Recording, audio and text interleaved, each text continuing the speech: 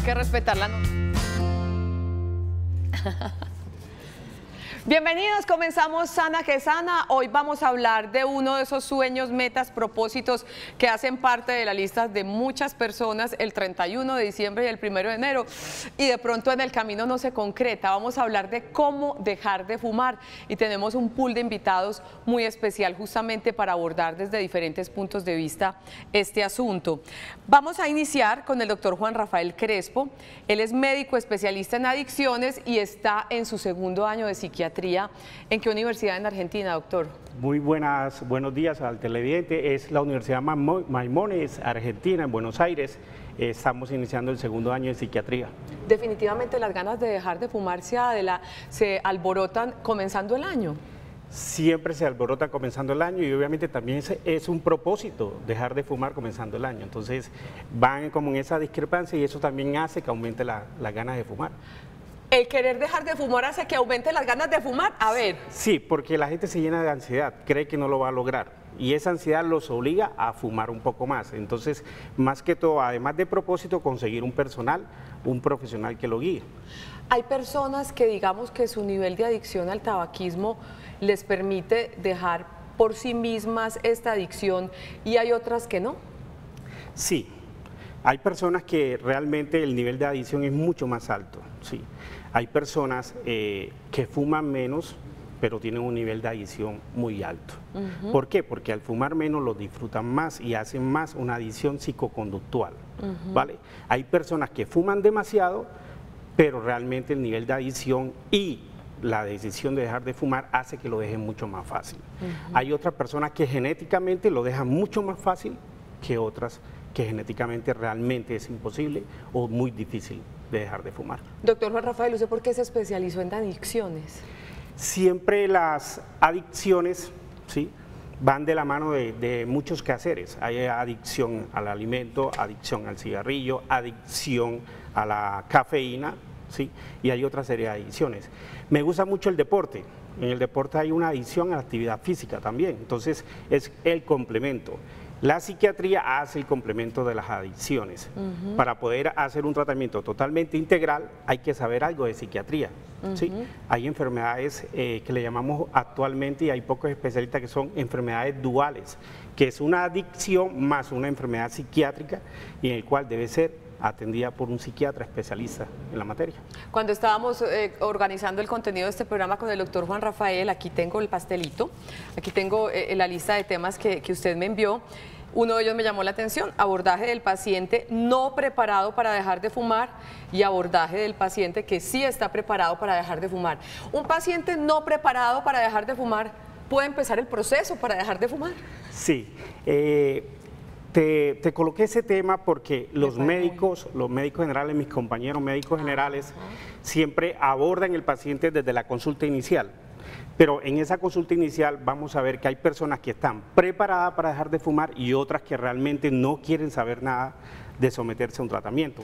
Entonces, ¿cómo lo abordamos? Son dos maneras totalmente diferentes. Y ahorita vamos a hablar de ellas. Doctor Juan Rafael, bienvenido. Yo a usted lo conocí por mis amigas de Medicáncer, que tanto nos apoyan en el contenido de Sana que Sana, y bueno, pues aquí los volví a juntar. Marisol, ¿tú la conocías? Claro. Adelante. Gracias, ella es Marisol González, la directora de promoción y prevención de Medicáncer, o sea, la que trabaja fuertemente y con esos ojos tan bonitos convenciendo a la gente y hablando sobre ese tema de concientización para dejar de fumar. Bienvenida, Marisol, ¿cómo estás? Gracias, Olga, siempre es un gusto estar aquí. Qué rico que nos juntaste otra vez con este hombre que hacía rato no veíamos y extrañamos en Medicáncer. ¿Por qué dijiste duro inmediatamente? ¿Es difícil? Trabajamos duro, duro, fuerte, dándole fuerte, haciendo conciencia, porque a pesar de que es un tema que la gente tiene claridad de lo nocivo que es para la salud personal y pública, el hecho de consumir cigarrillo para la gente es muy difícil dejarlo. Y es eso, lo que mencionaba Juan Rafael ahora, es que hay un tema de adicción, hay un tema físico, fisiológico, hay un tema de químicos y hay un tema social donde hemos normalizado el consumo del cigarrillo. Y dentro de la tarea que nosotros hacemos en Medicáncer de concienciar a la gente del consumo y las ventajas de dejar de fumar, la primera impresión que tenemos en nuestro trabajo es, la gente nos dice, pero ¿por qué trabajan con cigarrillos? Y eso es tan normal. Pues eso es normal, porque paga impuestos, porque yo crecí viendo... Sí, porque es legal. Y crecí viendo a mi mamá, a la gente alrededor fumar, y cuando empezamos a ahondar en lo que representa para la salud el hecho de fumar, la gente dice, ve, y es que eso puede ocurrir, ni lo tenía claro. Entonces ahí es donde la gente conscientemente decide dejar de fumar, y cuando decide dejar de fumar pues se hace más fácil acompañarle ese proceso. Perfecto. Pero también hay otras personas, como lo que mencionaba Juan Rafael ahora, que les toca dejar de fumar y no es por convicción. Y yo no creo, y a mí no me parece, y lo hago obligado. Vamos a ahondar en todos estos puntos. Hoy nuestro programa, queridos televidentes, bienvenidos, qué rico que estemos juntos nuevamente en este programa saludable, es cómo dejar de fumar. Vamos a darles recomendaciones. Teníamos un testimonio muy hermoso que no pudo llegar. Don Jesús Martínez, un abrazo. Lamentamos que no haya podido llegar al canal. Un hombre adulto, bastante adulto, y fue capaz de dejar de fumar. Y me decía, yo quiero ir a contarles que se puede dejar de fumar. El caso de él fue bien particular, ya que no pudo venir, lo quiero nombrar, doctor Rafael. Y es que el hombre lo dejó solito. Él me contó la historia y era un hombre que fumaba, me dijo, más de 2 paquetes diarios de cigarrillo. Y una vez, oigan pues, estaba fumando, cogió el cigarrillo y lo cogió al revés, inconscientemente, y se quemó la boca. Y ese día decidió dejar de fumar y lo dejó de un tajo. Lo dejó absolutamente y lo dejó solo. Pero esa, digamos que es la excepción. Que sea capaz con ese nivel de adicción tan alto de dejarlo abruptamente. Sí, en la pirámide que existen para dejar de fumar, el nivel más bajo es la cesación espontánea. Imaginemos la pirámide, la base, la cesación espontánea, más o menos un 5 al 7% de las personas dejan de fumar de esa manera. En el caso del señor, obviamente él vio que se hizo un daño directo. Lo que pasa es que cuando la persona está fumando, como siente placer, pero ese placer es disminuir los niveles de abstinencia, ¿sí? Entonces él lo interpreta como si fuera un placer, y él en ese momento no sabe que se está haciendo daño, ¿sí? Pero en ese momento que se quemó la lengua, ya vio un daño directo, y obviamente hace el cambio y lo pasa de una etapa, según los modelos de etapas de cambio que hace Prochaska y Clemente, lo pasa de precontemplación a contemplación y lo pone inmediatamente en una acción. O sea, se hizo un favor al quemarse la boquita. Se hizo un favor. ¿Ibas a decir algo, Marisol? Sí, que esa sensación de que el dejar de fumar es algo voluntario, es una cosa de que eso es cuestión de voluntad, hace mucho daño a las personas que desean dejar de fumar, porque alrededor les dicen, es que como que no has sido capaz, si no sé quién cita lo hizo, si aquella, es que a vos te falta voluntad. Entonces la gente se castiga, se autoflagela, es que yo no voy a ser capaz, es que yo no puedo, es que aquella tuvo más voluntad que yo, entonces se sienten menos que la otra que sí tuvo voluntad. Y de eso no se trata. Y de hecho no se trata de eso. El acompañar a una persona que desea dejar de fumar es ayudarle a eso, a que lo vaya haciendo de manera que su síndrome de abstinencia sea menos complicado para ella. Perfecto. Vea esta pregunta, doctor Juan Rafael, para usted. Veamos. Hola, mi nombre es Luz. ¿Por qué el cigarrillo es tan adictivo? ¿Solo tiene la nicotina que lo hace ser adictivo, o qué más tiene pues el cigarrillo que lo hace enviciarse a uno? Actualmente la droga o la sustancia que es conocida es la nicotina, ¿sí? La que produce el mayor grado de adicción. Ya los estudios van a que hay otra serie de sustancias que van combinadas en el cigarrillo, los aromatizantes y lo que se derivan de la combustión, que hacen un poder adictivo. La nicotina es gran adictiva, ¿por qué? Porque al fumarla, al inhalarla, pasa directamente al torrente sanguíneo e inmediatamente llega al cerebro. En el cerebro llega a estimular una serie de receptores. Esa serie de receptores me estimulan en el cerebro un sistema de recompensa y gratificación. Entonces, la persona cuando fuma llega inmediatamente la nicotina y le da una sensación falsa de placer. Entonces, esa sensación falsa de placer es la que vuelve adictiva a las personas. Y porque hay quienes prueban el cigarrillo y siguen fumándolo, y hay quienes no, lo prueban y dicen gas. Sí, hay lo que te decía inicialmente, hay una composición genética ya estipuladas, que hay personas que por mucho que fumen no van a quedar adictas. Es un bajo porcentaje, ¿sí? Hay otras personas, obviamente, que asocian esa sensación de placer con muchas otras circunstancias emocionales que lo pegan al cigarrillo. Perfecto. Otra pregunta. A ver, Marisol, ¿qué nos dices de esto? Hola, mi nombre es Marta Cecilia. Voy a hacer una pregunta. ¿Es mejor dejar de fumar de un momento a otro o debe ser un proceso progresivo. ¿De tajo como Don Jesús o es un proceso? Depende del individuo, depende de la personalidad quien lo va a dejar.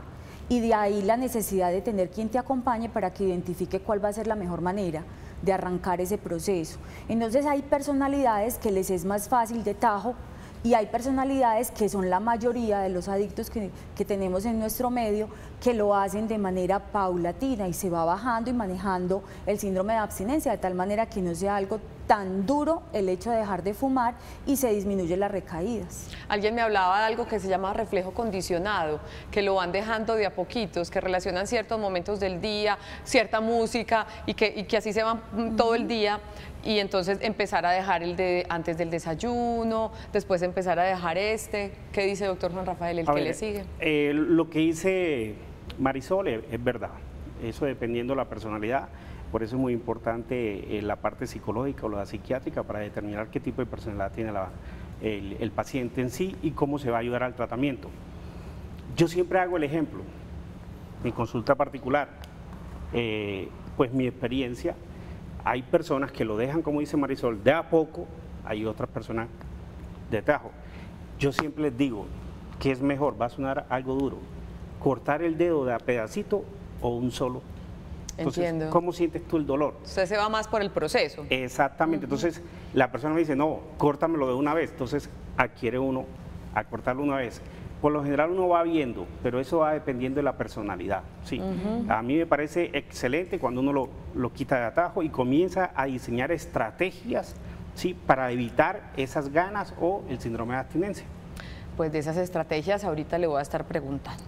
Nuestra línea de WhatsApp es el 305-316-6560. Inquietudes, su mamá, su tía, usted mismo, su vecino quiere dejar de fumar, pero le ha costado trabajo, no ha tomado la decisión. Aquí les estamos dando recomendaciones y aquí tienen los especialistas justamente para plantear sus inquietudes a través de ese número que les acabo de recordar. Y por ahora vamos con esta otra pregunta.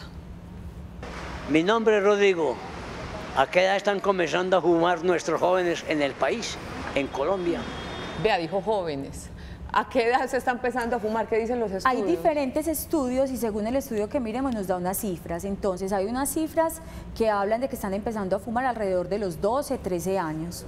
Nosotros en el trabajo que estamos haciendo en Comuna de Medellín y estamos desarrollando también un proyecto en Sonsón en este momento, nos estamos encontrando edades de inicio desde los 6 hasta los 8 años. 6 años. Incluso Dios. Es muy común en nuestra cultura que los papás le entreguen el cigarrillo al niño, le diga, vaya, préndalo, apáguelo, tráigame los cigarrillos y el niño viene dándole el primer pitacito, como decimos los paisas, y eso puede estar pasando incluso desde los 4 años, inducidos por los padres y por su entorno.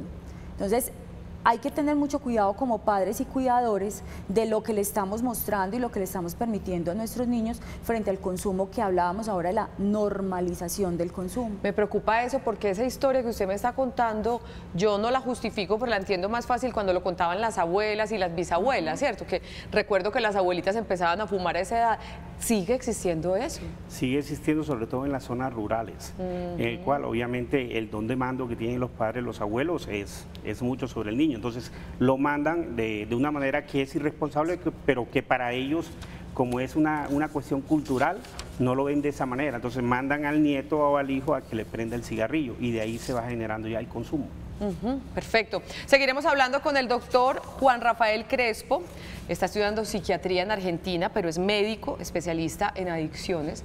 Y con la doctora Marisol González, directora de promoción y prevención de Medicáncer. Seguiremos ahorita más adelante con este tema tan importante. Vamos ahora con sanas emociones.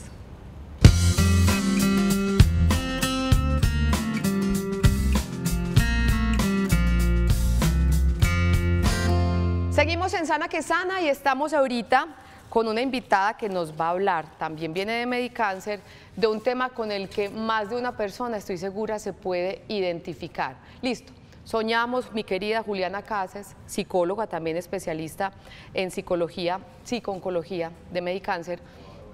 Tenemos ganas de dejar de fumar, pero hemos tenido esas ganas varias veces en la vida y suceden las famosas recaídas. Yo creo que a más de uno le puede haber pasado eso y ahí empieza el mea culpa, los golpes de pecho, yo nunca voy a ser capaz. Ese tema de las recaídas es muy frecuente. Juliana, bienvenida. Muchas gracias, Olguita. Bueno, en realidad es un tema muy frecuente, pero del que se habla muy poco, precisamente por lo que estabas mencionando, la culpa, la vergüenza, el sentir que como persona estoy fracasando en algo que ya llevaba un tiempo con un periodo de abstinencia y volví. Entonces, como tal, las recaídas es un proceso de una serie de eventos físicos y emocionales que me están diciendo que algo está pasando. ¿Sí? Entonces lo más importante en ese proceso es que yo como persona, como ser humano, me pueda evaluar y pueda darme cuenta de qué es lo que me está sucediendo, porque hay unos síntomas que el cuerpo me está diciendo y mis emociones me están diciendo, y si yo puedo saberlos leer, yo voy a de alguna manera saber que estoy en riesgo. ¿Sí? Son muy usuales las recaídas. ¿En los pacientes que ustedes manejan sucede frecuentemente? Sí, sucede frecuentemente y adicional, incluso cuando los pacientes empiezan proceso de quimioterapia, a veces no les queda fácil decir que van a dejar de fumar, pues por más que se les muestre los riesgos frente a la quimioterapia, no pueden dejar de fumar, o sea, no pueden dejar el hábito. Y es muy frecuente porque yo siempre les digo, una persona que fuma o fumó en algún momento y así lleve muchos años con un periodo de abstinencia, siempre va a estar vulnerable a que vuelva a suceder. O sea, está latente esa adicción y ese gusto. Como hablan, por ejemplo, de anorexia, que usted no te curas, tú te recuperas y estás bien, pero puede recaer en cualquier momento. Sí, y pueden pasar incluso muchos años y la persona estar muy alejada de eso y puede recaer, porque hay algunas cosas que pueden ser detonantes, por eso hablaba de leerme, de aprenderme a conocer, porque un ejemplo, si yo empiezo a sentir más deseos de comer de lo habitual, o si yo empiezo a tener problemas de sueño, o si yo empiezo de pronto a sentir que estoy muy ansioso, eso me está dando una información de mi cuerpo y de mi proceso. Eso me está diciendo, bueno, Juliana, algo está pasando. Y hay que encontrar otras maneras de calmar esa ansiedad entonces para no recaer.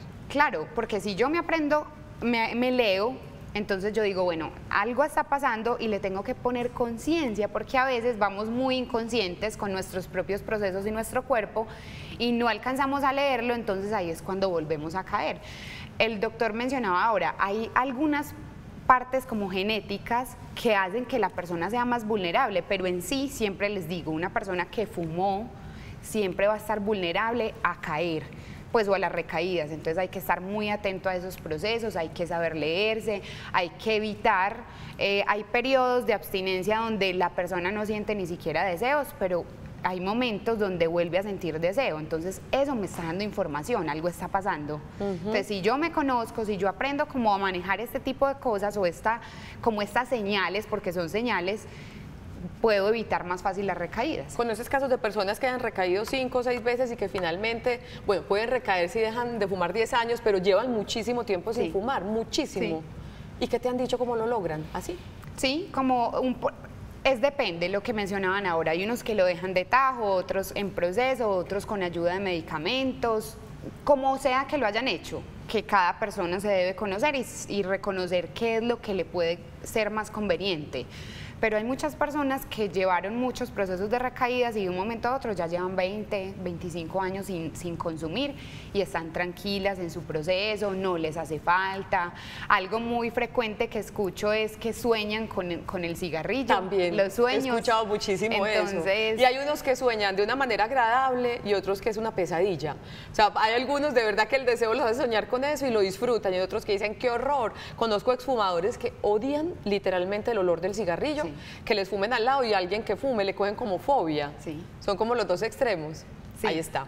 Seguiremos hablando con Juliana Casas, psicóloga, especialista en psico-oncología de Medicáncer, y más adelante volveremos con nuestros dos especialistas para seguir juntos conociendo, descubriendo tips y recomendaciones para dejar de fumar, que sabemos que es el propósito de muchas personas por esta época del año, que no es fácil, que no hay que echarse la culpa porque les resulte difícil, pero escuchar que existen otras personas que lo han logrado, así hayan recaído, vale la pena. Seguimos ahorita con vos. Claro que sí. Y con ellos ya volvemos. Esto es Sana que Sana, nuestra línea de WhatsApp 305-316-6560 para sus inquietudes. Ya volvemos.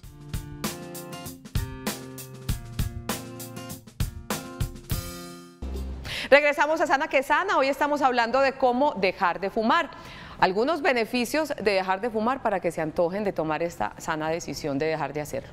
A los 20 minutos de dejarlo, la presión arterial y el pulso se normalizan.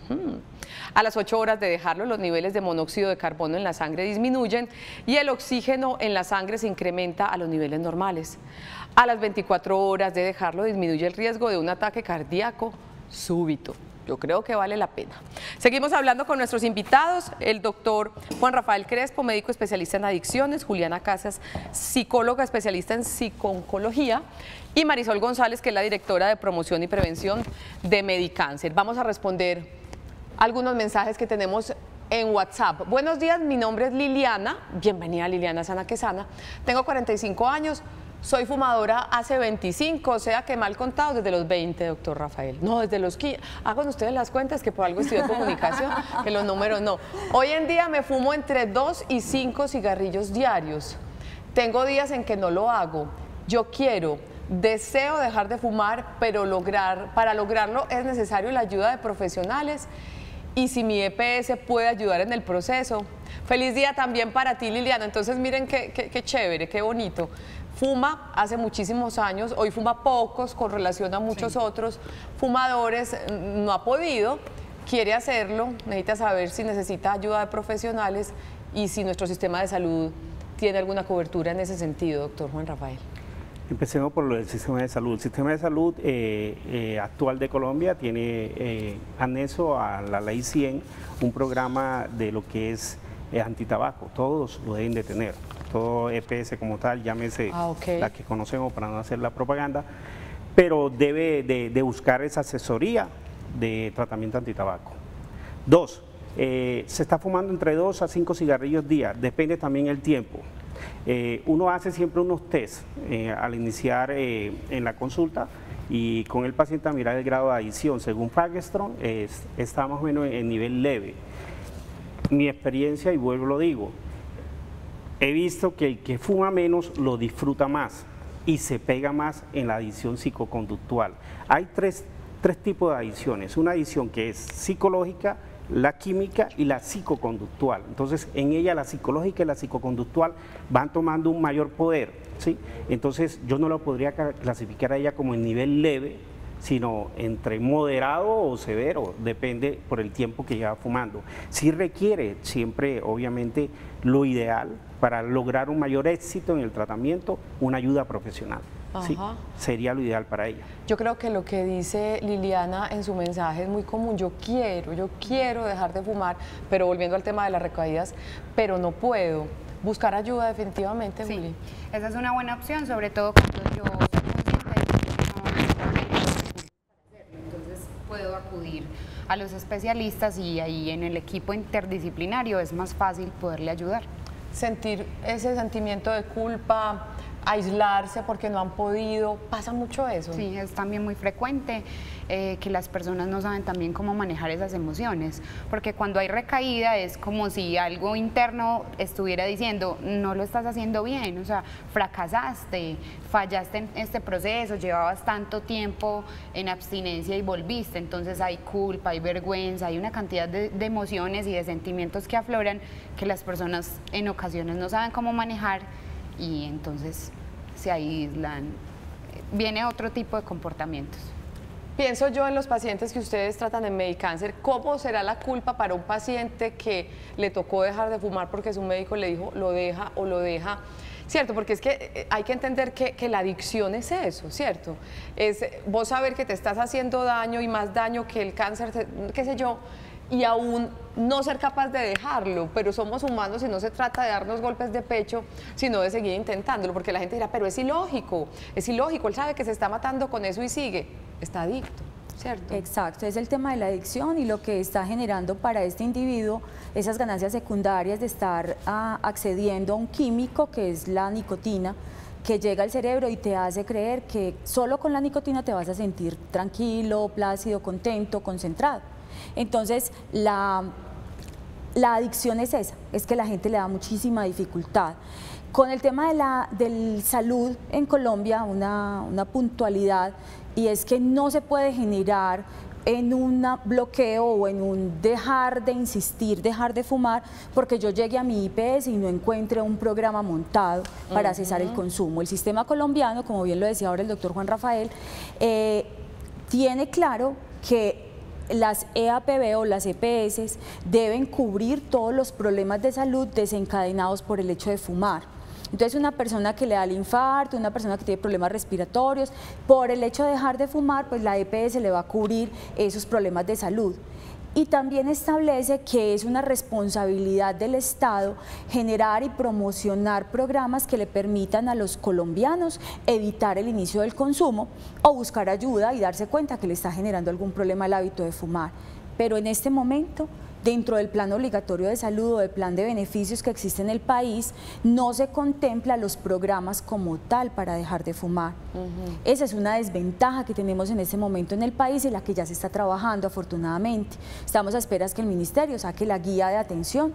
En este momento la guía, y desde la Organización Panamericana de la Salud, está enfocada a que todos los que tengamos algún acceso a personas en el país, que atendamos a cualquier persona en cualquier ámbito de salud, estemos promocionando el dejar de fumar y el identificar a través de una actividad rápida si esta persona desea o no desea dejar de fumar y encauzarlo a los programas que existen. Perfecto. Pero eso no puede ser una barrera de acceso para las personas cuando llegan a la IPS y dicen, es que yo soy fumador y quiero dejar de fumar, entonces vengo para el programa.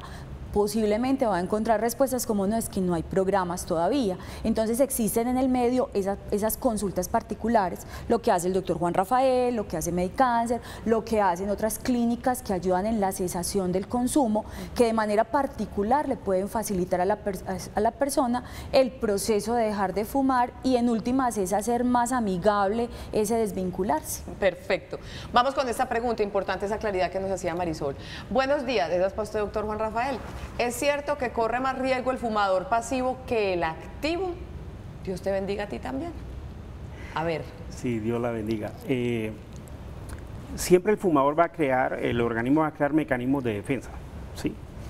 Mecanismos de defensa a algo nocivo que está ingresando, nicotina más otra serie de sustancias que se generan de la combustión. Pero ese mecanismo de defensa hace que tú sobrevivas. Por ejemplo, tú coges la nicotina y la aplicas 1 centímetro a una rata y muere. En el cuerpo, él trata, por su mecanismo de defensa, tratar de que tú sigas viviendo. En el fumador pasivo, como la exposición es a manera aislada o ocasional, obviamente el cuerpo no tiene ese nivel de recuperación y esos mecanismos de defensa. Y obviamente va a estar más vulnerable a las afecciones y por eso es que usted nota que en la casa está el fumador, pero se enfermó fue la esposa, el hijo o alguien que esté muy cercano a él por ser fumador pasivo. Definitivamente se es fumador pasivo, se sufre por ser fumador pasivo. Sí, se sufre y tiene todas las consecuencias, inclusive. Hay otra gran diferencia, el fumador pasivo, la sintomatología es inmediata. En cambio, el fumador normal tiene dos factores. Uno, el mecanismo de defensa que va creando el organismo. Dos, como es una droga la que está ingiriendo, le produce más sensación de bienestar que malestar. Entonces, él vive esa yo le llamo así irrealidad. Él cree que se está haciendo bien y dice, no, yo me siento bien. E inclusive hay una expresión que lo dicen los fumadores. Dejan de fumar y empecé a enfermarme. Pero no, lo que pasa es que dejó de consumir la droga que lo hacía sentir bien, entre comillas. Perfecto.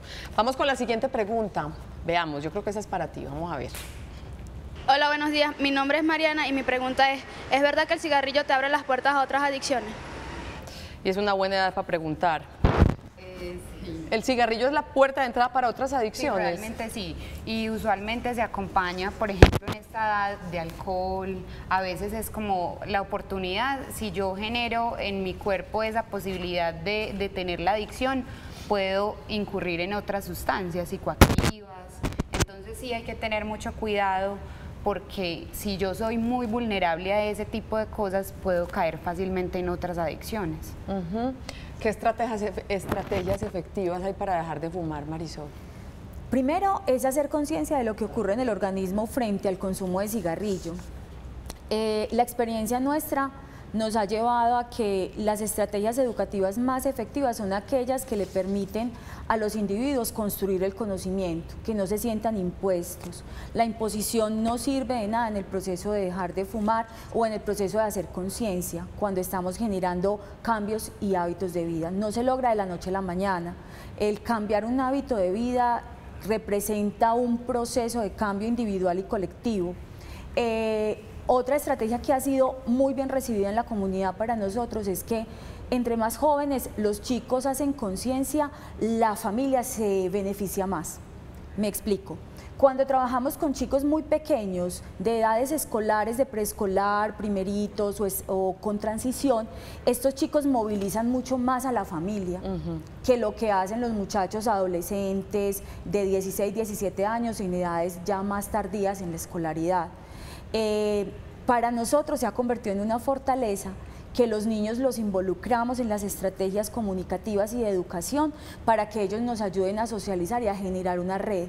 En Antioquia en este momento existe una red de prevención de consumo de cigarrillo liderado por Medicáncer y por la Universidad de Antioquia a través de la Facultad de Salud Pública. A esa red yo sé que hay muchas personas que nos están viendo en el departamento y en todos los municipios de Antioquia existen la red para la prevención de consumo de cigarrillo, y en este momento estamos desarrollando una estrategia muy enriquecedora en el municipio de Sonsón, porque a partir de esa red hicimos una investigación, pero en realidad la lideró fue la Universidad de Antioquia a través de su investigadora líder, la doctora Isabel, se me fue el apellido en este momento, ella me perdonará, Isabel Garcés. Eso. Ellos lideraron el proceso investigativo y se dieron cuenta que en Antioquia los municipios que más consumo de cigarrillo tienen, y especialmente en las mujeres, es el Bajo Cauca y Sonsón. Entonces empezamos a trabajar en Sonsón, llevamos ya 3 meses, ha sido una experiencia muy linda, hemos estado allá, la gente nos ha recibido muy bien y estamos trabajando con chicos y chicas de la institución educativa Braulio Mejía. Perfecto. Aquí tenemos otra pregunta, me parece bien chévere. Fui fumadora compulsiva, hace 40 años nunca volví a fumar. Seguramente es con relación a lo que hablábamos ahorita, Juli. Quiero saber si aún tengo algún riesgo de enfermedad. Yo la había entendido diferente. Bueno, ok, me parece, entonces yo creo que es para vos. ¿Algún riesgo de enfermedad? Soy María del Pilar, tengo 58 años. Yo creí que la enfocaba si tengo algún riesgo de recaer, que ya nos quedó claro que sí. Por más que lleve tanto tiempo, ahí está latente la cosa, pero usted va muy bien, 40 años sin fumar, no se puede devolver. ¿Hay manera de recuperar los daños que hace el cigarrillo después de 40 años de dejar de fumar? A ver, ella habla de recaída y obviamente enfoquemos esa pregunta por ese lado y después te respondo lo que me dices. Sí. Uno, mi experiencia no está escrito en ningún libro. Recaen al primer mes, recaen a los 3 meses, a los 6 meses, al año, a los 2 años, a los 5 años y el que he visto que ha demorado más a los 10 años. No está escrito en ningún libro, sino la experiencia personal. ¿De qué depende esa recaída? De factores estresantes o situacionales o emocionales que vive el paciente. Que si usted dejó de fumar y no tuvo una estrategia, un plan diseñado, obviamente cuando se enfrente a un evento estresante, con seguridad va a volver a fumar porque no tiene estrategia para evitarlo y controlarlo. Las recaídas, como lo decía la doctora, y es bueno que el televidente lo sepa, enseñan, uno aprende las recaídas y en adiciones se valen las recaídas, ¿vale? De las recaídas yo aprendo y me reconozco y miro en dónde estoy mal, en qué fallé. Segundo, la pregunta que tú dices, que se regenera, obviamente tú lo diste en los tips, se van viendo cambios desde los 20 minutos en adelante y obviamente a los 10 años se dice que uno vuelve el pulmón, por decirlo así, que es el órgano principal que se ve afectado. 0 kilómetros. Se ve como a la persona no fumadora. Ok. Yo recuerdo una vez que hicieron esa exposición en Plaza Mayor, Bodies. Sí. Y mostraban un cigarrillo, un pulmón de fumador y un pulmón de no fumador. Sí. La diferencia es impresionante. Hay un video bien interesante. Parecía carbonizado el del fumador. Sí, negro. Hay un video muy interesante de un estudio que hicieron unos japoneses. Entonces lo publicaron y está en YouTube. Lo pueden buscar. Entonces ellos cogen un pulmón donado, sano, y lo conectan a mínimo 10 cajetillas de cigarrillos. ¿Lo has visto? Sí. Él hace cara que ya lo vio, todos los que trabajamos en eso lo hemos visto. Y hacen el proceso como si estuviera fumando esos pulmones y cómo se va viendo el cambio inmediato de esos pulmones con el solo hecho de estar expuesto al humo del cigarrillo. Es muy diciente y es un estudio bien avalado, científico, que los invito a que lo miren, muy, muy interesante. ¿Qué papel juega la familia de la persona que está en ese proceso, que quiere dejar de fumar, que ha tenido sus recaídas? ¿Qué papel tiene la familia, los amigos, quienes lo rodean en este proceso? Es muy importante porque son como la red de apoyo o la contención. Entonces, si a mí lo que hacen es juzgarme porque volví a recaer y a señalar y este tipo como de juicios, yo con esa red de apoyo no voy a sentir ningún tipo de comodidad ni me voy a sentir realmente yo para poderles contar lo que me pasa, que entre esas es decirles volví a fumar, no me estoy sintiendo bien o que tenga la libertad de hacerlo. Entonces esta familia, estos amigos deben tener mucha paciencia con la persona que vuelve a fumar, respetar y reconocer que cada uno tiene un proceso diferente, porque muchas veces lo que se escucha es, pero pues, después de tantos años y volviste a fumar. Es que no quieres a tus hijos, ¿cierto? Por O ejemplo. te falta mucha voluntad. Entonces, ese tipo de comentarios a la persona que vuelve a fumar no le sirven para nada. En realidad lo que le generan es más culpa y más sensación de fracaso y frustración. Entonces, lo que se podría hacer es que esa red de apoyo simplemente comprenda que el otro está en un proceso, que está aprendiendo, que se está conociendo, que posiblemente ese cigarrillo le está diciendo que algo está pasando en su mundo interno y que no lo sabe manejar. El cigarrillo en su momento de las personas que son fumadoras sirve como un recurso. Cuando ya no está, tienen que adaptarse y encontrar otros recursos, ¿cierto? Pero si yo vuelvo a eso es porque algo me está pasando. Total. ¿Cierto? Entonces, cuando la red de apoyo es comprensiva, respeta los procesos con amor, no señala, no genera culpa, sino antes comprensión, es muchísimo más fácil para la persona. Y he visto procesos en que la red de apoyo se une a ese propósito, que hay una pareja que fuma y uno de los dos decide hacerlo y el otro se le une, primero como para ayudarle, porque si me ve fumar a mí todo el día, se antoja, claro, y terminan los dos dejando de fumar. Casos se han visto. Buenos días para ti también. Fui fumadora 10 años, lo pude dejar con voluntad y buenos hábitos de vida, con deporte y buena alimentación. Mi madre murió por EPOC, seguramente ese fue digamos, el estímulo grande que tuvo. Y hoy creo que dejar de fumar salvó mi vida. ¿Qué decir de ese mensaje, doctor Juan Rafael? Qué bonito, ¿cierto? Sí, es una experiencia muy personal que sea motivo para todos los fumadores. No solamente, obviamente, mirar al familiar que está enfermo es un factor también estimulante para todo el que quiera dejar de fumar, pero me parece que hizo un buen propósito, tenía la meta clara, el objetivo claro y llegó a un fin determinado. En la parte médica, el EPOC se ve por fumar cierto tiempo. Enfermedad pulmonar obstructiva crónica, que decirla despacio. No a todos les da después de cierta edad determinada, 50, 60 años, por una serie de condiciones que no la quiero decir acá para que la paciente no diga, bueno, me fue mal, pero también eso es un factor individual, quien presente EPOC en esa etapa. Perfecto. Marisol, ahí nombraba dos cosas, estilos de vida saludable, actividad física, buena alimentación, juega un papel bien importante en ese proceso de dejarlo. Sí, me encanta ese mensaje, que felicitaciones a ella por haber hecho ese cambio de vida y es una invitación a que todos lo hagamos, no solo para el hecho de dejar de fumar. Resulta que es que ella no es que lo haya hecho solo por voluntad, es que tenía una meta clara, como dice Juan Rafael, ella misma estructuró su proceso de cesación, ella fue su compañía. Y el hábito de vida, cambiar nuestros hábitos de vida a hábitos saludables, como resultado, al final de la ecuación, da dejar de fumar. Porque es que muchas veces cuando arrancan el proceso de cesación solo con el único objetivo de cesar el consumo, le quitan atención a cambiar los hábitos. Por ejemplo, usted va al gimnasio 2 horas, yo creo que la piensa mucho para fumar antes, porque no sale para nada, y después todo el esfuerzo y todo lo que sube para nada.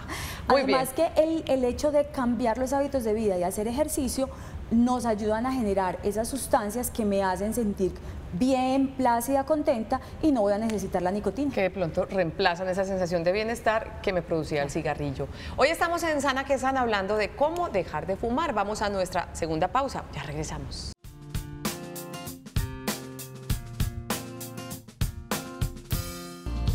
Regresamos a Sana que Sana, hoy seguimos hablando de cómo dejar de fumar. Y bueno, doctor, estos minutos para hablar de esas intervenciones, hay niveles de intervención, hay intervenciones breves, está el asunto del apoyo a la familia. Cuéntenos un poquito sobre eso para ya estos últimos minutos dedicarnos a cómo dejar de fumar.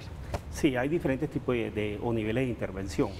Una intervención básica, que es la que debe realizar cualquier personal de salud, que es la motivación.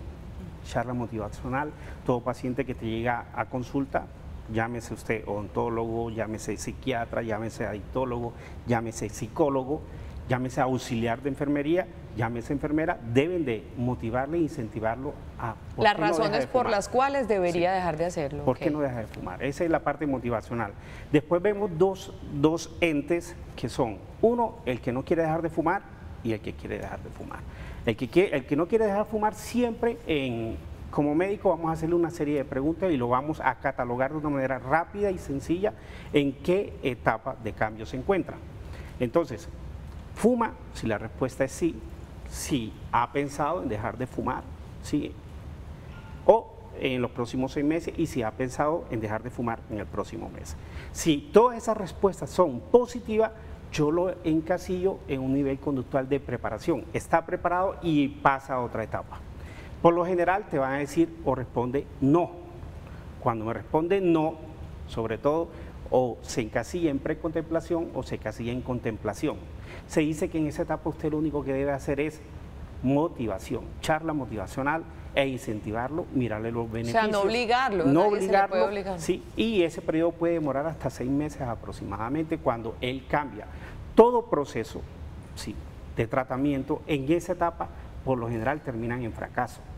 Entonces, por eso es que hay que hacer una intervención profesional, porque de fracaso en fracaso, si la persona no está preparada y no conoce en qué etapa está, obviamente esos fracasos van a hacer que yo no quiera volver a intentarlo, ¿sí? Que me señale como un fracasador. En la otra etapa me respondió que sí, pasamos a otras intervenciones. Intervenciones que son breves y cortas y intervenciones intensivas, que es la que hace uno como especialista, acompañado con el grupo interdisciplinario. ¿Puede haber medicación, terapias? ¿Cómo es eso en la práctica? Sí, de acuerdo a la personalidad, de acuerdo a un trastorno mental que tenga, ¿sí? Y de acuerdo a la parte adictiva en que se encuentre, leve, moderado o severo. Por lo general, los que están en moderado y severo requieren medicamentos. Sí, lo que tienen una enfermedad mental asociada requieren medicamentos. Entonces, y requieren ayuda de un deportólogo, de un psicólogo, requieren ayuda de un nutricionista, ¿sí? Porque va a aumentar un poco el peso, porque aumenta la ansiedad. Requieren inclusive un psiquiatra y requieren de un adictólogo que esté al frente de ese tamaño. Dependiendo de la enfermedad que tiene, uno escoge el medicamento ideal, ¿sí? Hay intervenciones por neurología, intervenciones inclusive por medicina interna, dependiendo de las patologías de base que tenga la persona. Entonces, es una estructura que se va diseñando y cada eslabón tiene unas estrategias específicas. Primero, uno va haciendo las charlas motivacionales o la entrevista motivacional cada vez que me lo encuentro. Cuando yo voy a hacer el nivel intensivo, yo mínimo lo tengo que ver durante 9 meses, 9 consultas, una mensual. Y entre más rápido yo lo vea, sea una vez por semana, sería lo ideal. Se dice que 300 minutos de intercambio son los que tienen mayor efectividad en la hora de dejar de fumar. Perfecto. 1,5 minutos para un mensaje de cada uno para cerrar este programa, Julián. Listo. Bueno, la invitación es conocerse. Mientras más me conozco, más puedo reconocer en mí los cambios que se presenten, físicos, emocionales, y de esta manera saber cuándo estoy en riesgo para hacer algo. Entonces la invitación para todos, no solo para las personas que fuman, sino en general a todos, hagamos procesos de autorreflexión. Marisol. Fumar es un problema de salud pública y afecta a la comunidad no fumadora y a los fumadores. Entonces, como responsables de todos los que amamos, nos cuidamos a nosotros y cuidamos a los demás informándonos de los problemas por el hecho de fumar y es mejor evitar el inicio del consumo. Y cuando ya estoy consumiendo, pues buscar ayuda de quien me pueda acompañar en este proceso para hacerlo menos traumático. Y cierre usted este programa de matriarcado. Fumar es una enfermedad crónica que requiere cierto grado de control y un seguimiento mínimo por 5 años. Listo. Y que si usted aprendió a fumar, debe también aprender a dejar de fumar, que todo es un proceso. Ahí está. Al doctor Juan Rafael Crespo, muchísimas gracias por estar con nosotros. A Marisol González también y a Juliana Casas, qué rico haber compartido este ratico. Y esperamos que a alguno de ustedes les haya prendido esa idea de voy a dejar de fumar este año sí y que este sí sea el año. Nos despedimos, mañana hablaremos de otro tema que también es propósito comenzando el año, es actividad física. Y esa es una cantaletica cariñosa que les vivimos haciendo en Sana que Sana. Los adultos mayores también pueden y deben hacer actividad física. Mañana pónganse sudadera, pónganse muy cómodos, porque hasta yo me voy a venir con ropa adecuada para hacer actividad física apta para ustedes, para empezar progresivamente a tener esos hábitos de vida saludable. Nos despedimos, feliz resto de jueves para todos y nos vemos mañana 11 de la mañana en nuestro nuevo horario en Sana que Sana. Hasta entonces.